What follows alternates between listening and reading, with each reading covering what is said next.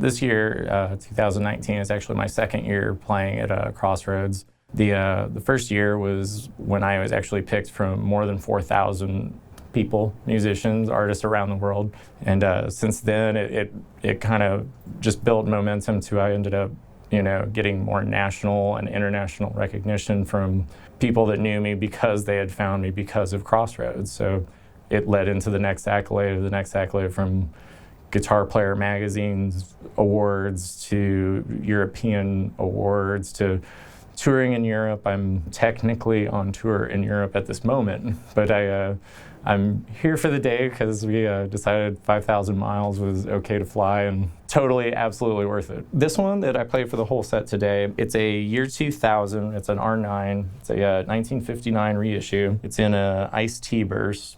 Extremely comfortable. I searched every day for 1 year before I got this it had everything that I was wanting in it. I'm primarily always on the bridge pickup. I'm that guy.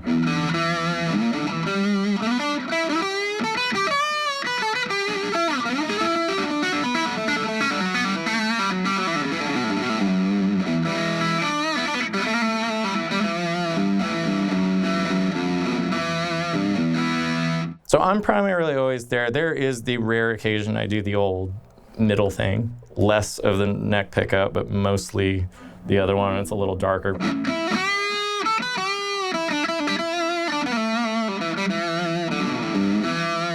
Very, very rarely really actually use the neck pickup. One of the highlights of the show, kind of the finale kind of stuff, is using it as a kill switch. I'll actually turn the volume off on that so that it's like, so when it's off, whenever I do that.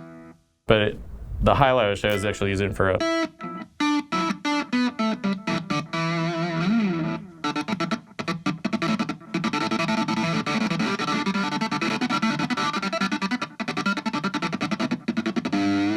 Very useful, very, versatile. I think there's things with Les Pauls that when I started really actually getting into them more and more, I kind of noticed that it was like there was a lot you could do with them that I think people think you can't do things that maybe another guitar could do. It was like, no, they're all capable. It's just the matter of how are you going to do it. On stage today, I used a JCM 800 and a JCM 900. When I'm in Europe, I have an amazing side-by-side 2 half stacks that I use that are the reissue Silver Jubilees. I always mix them different. One's a little bit brighter, one's a little darker. They have their own little things that I do every night to them, kind of. But I've been a Marshall guy for a handful of years now and stuff, and it's another one of those pairing things that they go with each other. I have a pretty decent pedal board. It's all things that it's like, well, I use that for that 1 second of that one song kind of stuff. But the main overdrive I've been using that I just it was a mistake getting is this little mini pedal. It's a Sugar Drive by MXR.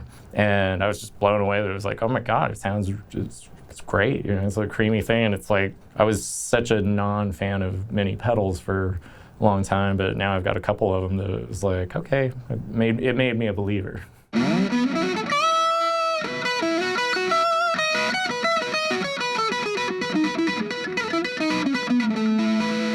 I think there's bands that, even if they're not extremely mainstream to everyone, but they really are, I think there's bands out there that are really bringing back stuff. There's bands like the Rival Sons that are, that's a classic, really hard rock band that's modern and just doing great music, and I think it's really getting people into that. There's, another amazing favorite of mine, Royal Blood. I think that's really done a turnaround on people, and it's getting youth to be like, oh my God, no, did you hear how impressive and big sounding that was? I want to go get a guitar. I want to go get a bass, and I think guitars in general are on an upswing. Not that they were ever on a down, but I think, it's a good time. It's a good time for it. For young guitar players, I think be honest to yourself. Love what you love, and if that's whatever comes out of you, if it's real, people like it or they don't, or you make them like it. So I think just never to give up on that.